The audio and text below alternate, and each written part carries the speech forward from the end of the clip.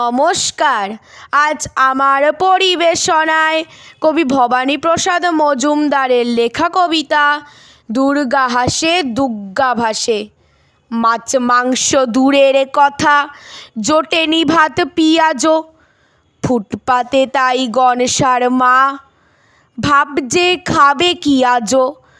ও জানে না রাজনীতি কি, কিংবা কোথায় গদিকার। ও শুধু চায় দুমুঠো ভাত এবং রুটির অধিকার। গাড়ি বাড়ি চায় না কিছুই, সচ্ছলতা আর্থিকের। ও শুধু চায় দিনই কেটে যাক গণেশ এবং কার্তিকের। বুকের দুধ শুকিয়ে গেছে, ঘুম ভাঙে তাই মাঝরাতে। গনসাকে তো মাথা খোড়ে, হাড় জিরি জিরি পাজরাতে।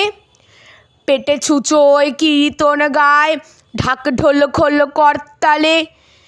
এইভাবে কি কাটবে জীবন নিত্যহারির হরতালে? আলোয় মেলায় রঙের খেলায়, মাইক্রোফোনের উৎপাতে। দশভুজা দুর্গা হাসে, দুগ্গা কাঁদে ফুটপাতে। নমস্কার।